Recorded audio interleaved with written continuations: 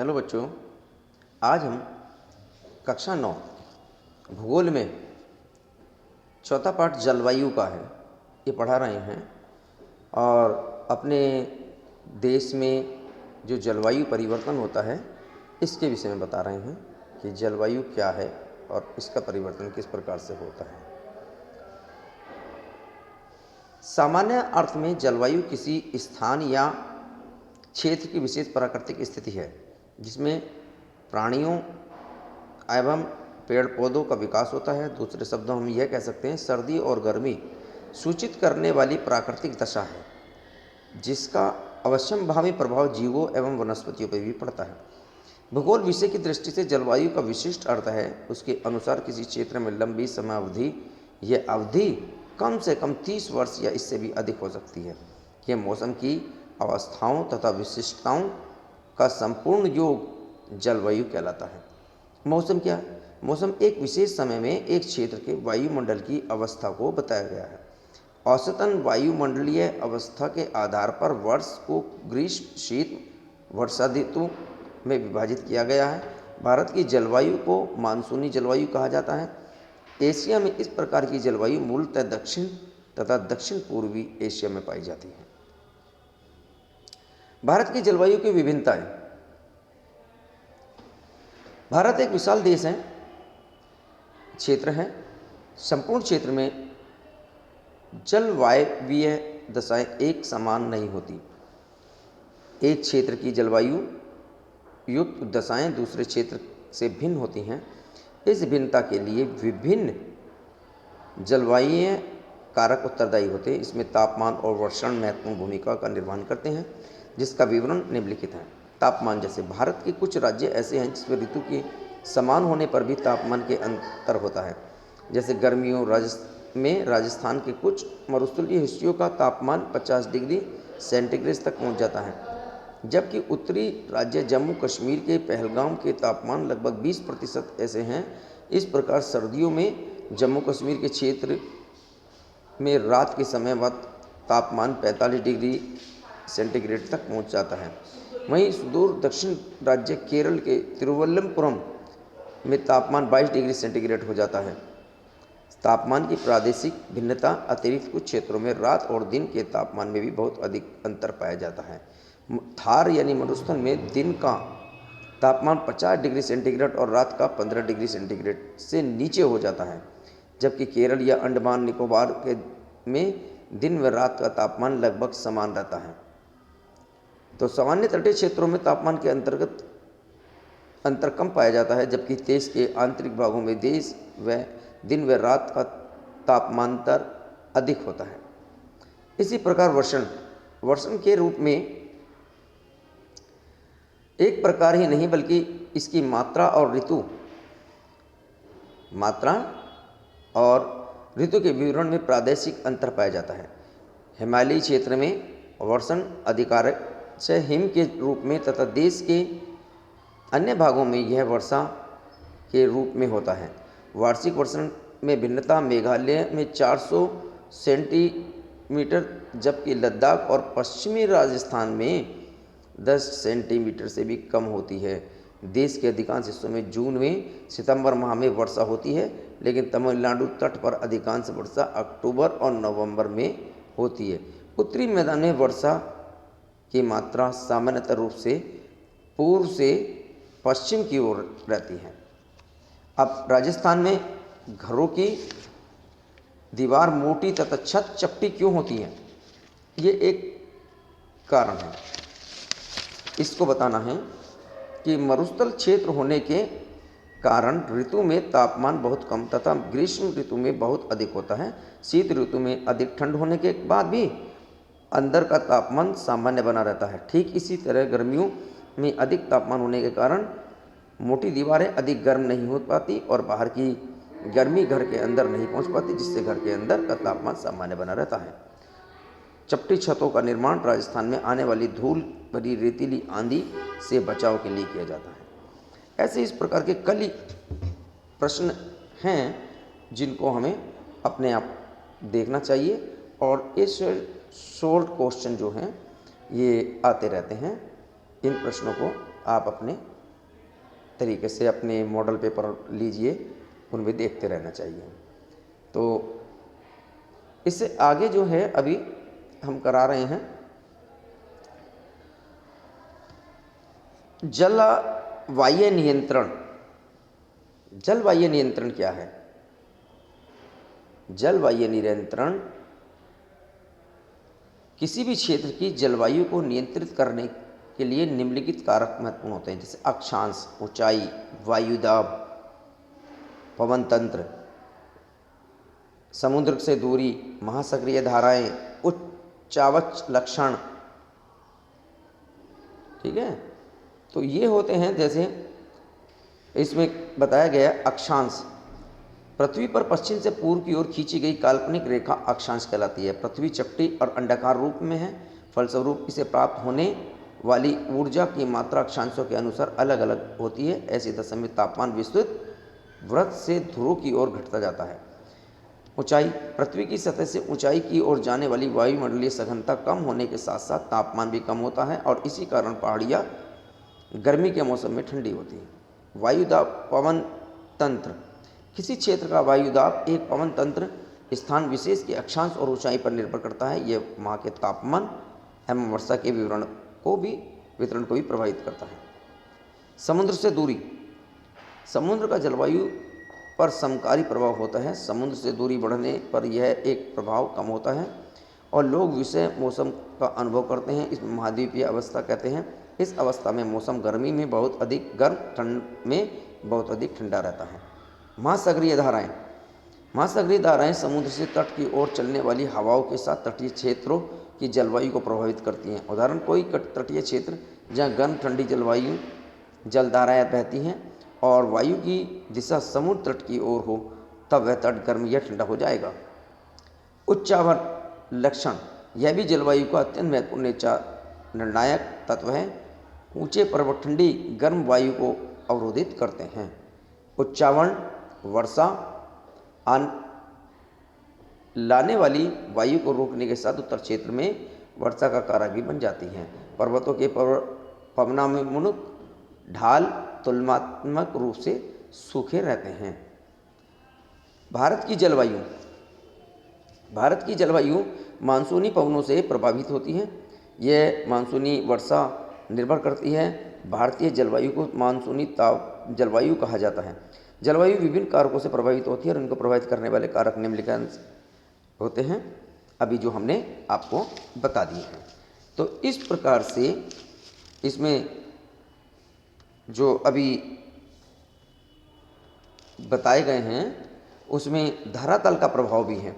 भारतीय जलवायु पर धरातल का भी प्रभाव पड़ता है।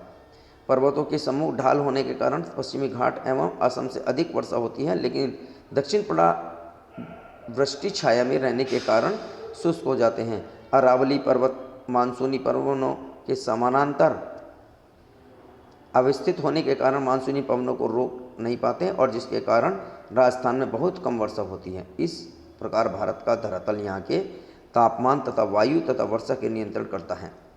जेट प्रवाह, यह भी एक प्रकार का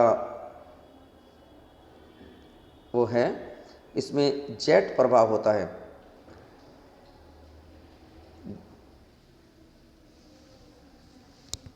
%25 उत्तरी अक्षांश के ऊपर तेज गति से उच्च स्तरीय धाराएं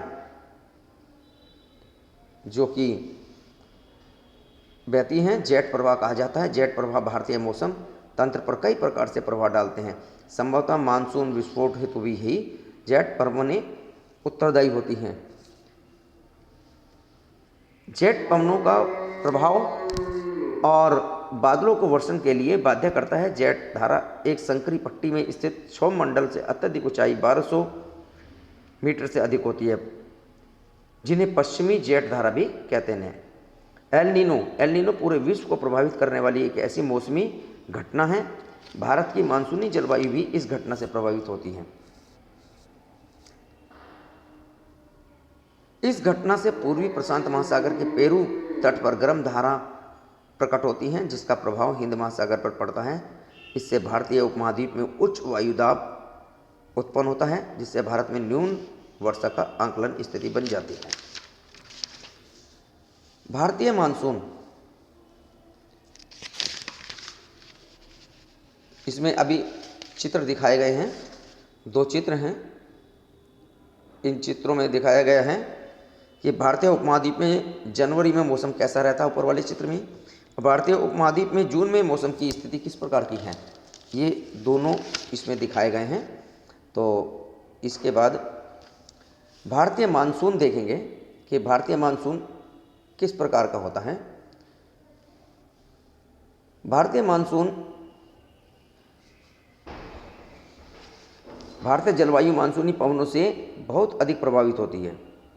भारतीय मानसून प्रभाव उच्च कटिबंधीय क्षेत्रों में लगभग 20% और उत्तर एवं 20% दक्षिण डिग्री के यानी कि मध्य रहता है। मानसून शब्द की उत्पत्ति अरबी शब्द मौसम से हुई है, जिसका शाब्दिक अर्थ होता है मौसम। मानसूनी का अर्थ एक वर्ष के अंतर्गत वायु की दिशा में ऋतु के अनुसार परिवर्तन होता है। मानसून की प्रक्रिया में समझने के लिए निम्नलिखित तथ्यों को महत्वपूर्ण स्थान दिया गया है। जैसे स्थल एवं जल के गर्म एवं ठंडा होने की प्रक्रिया के कारण भारत के स्थलीय भाग पर निम्न दाब का क्षेत्र उत्पन्न होता है। इसी के आसपास के समुद्र के ऊपर उच्च दाब का क्षेत्र बना रहता है। दूसरा, उच्च कटिबंधीय अभिसरण क्षेत्र ग्रीष्म ऋतु में परिवर्तन गंगा के मैदान की ओर खिसक जाता है। उच्च कटिबंधीय क्षेत्र विस्तृत मानसूनी गर्म होता है। सामान्यतः विस्तृत रेखा 5 डिग्री उत्तर में होती है और यह निम्न दाब क्षेत्र होता है। यहाँ उत्तर पूर्वी और दक्षिण पूर्वी व्यापारिक पवनें परस्पर मिलती रहती हैं।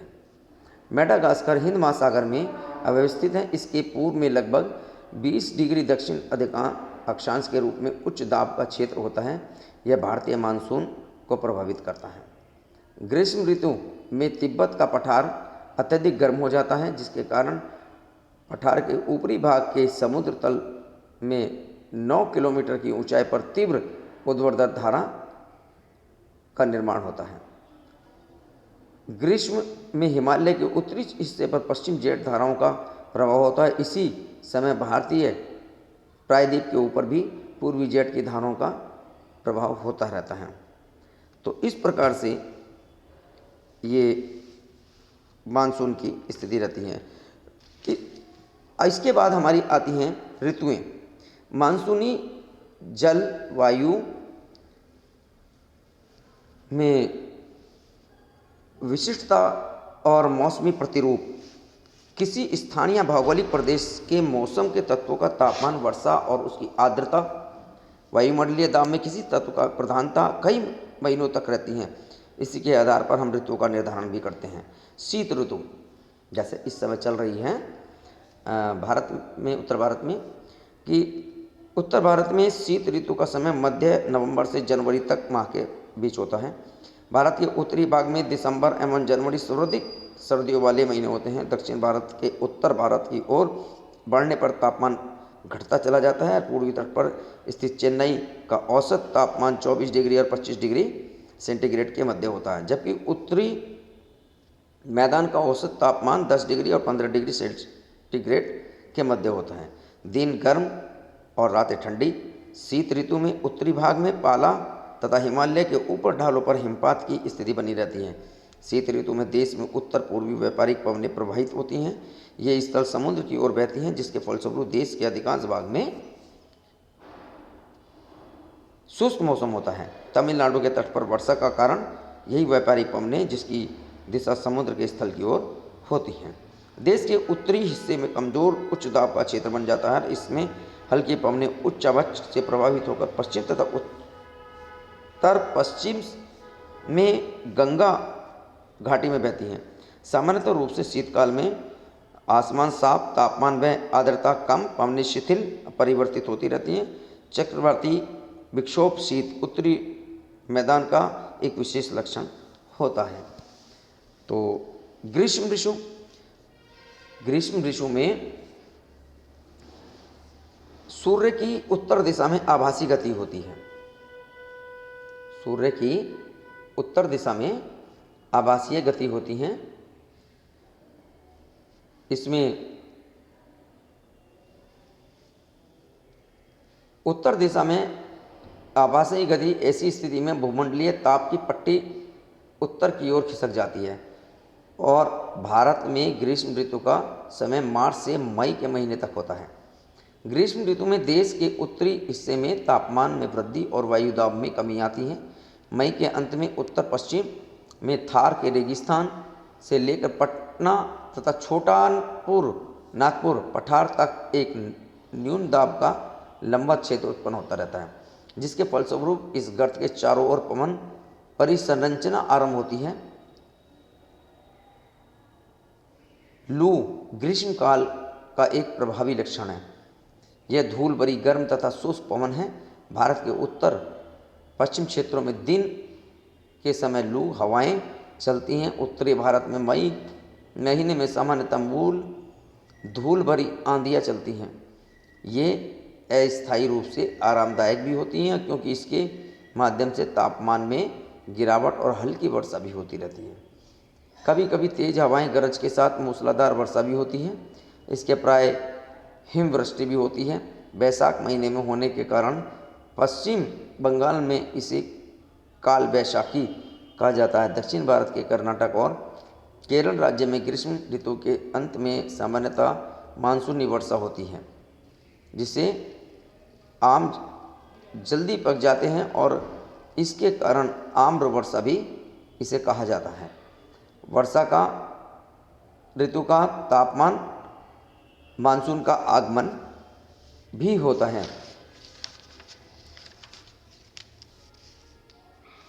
जून के महीने में भारत में निम्न दाब अवस्था उत्पन्न होती है। दक्षिण गोलार्ध की व्यापारिक पवनों की अपनी ओर आकर्षित करती है। दक्षिण पूर्वी व्यापारिक पवनें दक्षिण समुद्र के उत्कोष्ण कटिबंध क्षेत्रों में उत्पन्न होती हैं, क्योंकि ये पवनें गर्म महासागरों के ऊपर से गुजरती रहती हैं। इसके बाद जो ये पाठ होता है, इसमें मानसूनी वर्षा भी होती है, वापसी होती है मानसून की पर्वतीय क्षेत्रों में मौसम की। अक्टूबर नवंबर के महीने में सूर्य की गति दक्षिण में होने के कारण उत्तरी मैदान के मानसून गर्त निम्न दाब गर्त शिथिल कमजोर हो जाते हैं और इसका स्थान उच्च वायुदाब प्रणाली ले लेती है। अतः अक्टूबर महीने के शुरू में पवनें मानसूनी पवनें और उत्तरी मैदान का भाग से हट जाती हैं। तो इस प्रकार अक्टूबर नवंबर का महीना गर्म वर्षा ऋतु से शीत ऋतु में परिवर्तित हो जाता है। मानसूनी वापसी से आसमान स्वच्छ और तापमान में वृद्धि होती है। दिन का ताप उच्च जबकि रातें ठंडी होती हैं। उच्च ताप और आर्द्रता के कारण दिन का मौसम असहनीय होने लगता है। इसे क्वार्क या क्यूमस कहा जाता है। अक्टूबर महीने के उत्तरार्ध में उत्तरी भारत में तापमान तीव्रता से गिरने लगता है।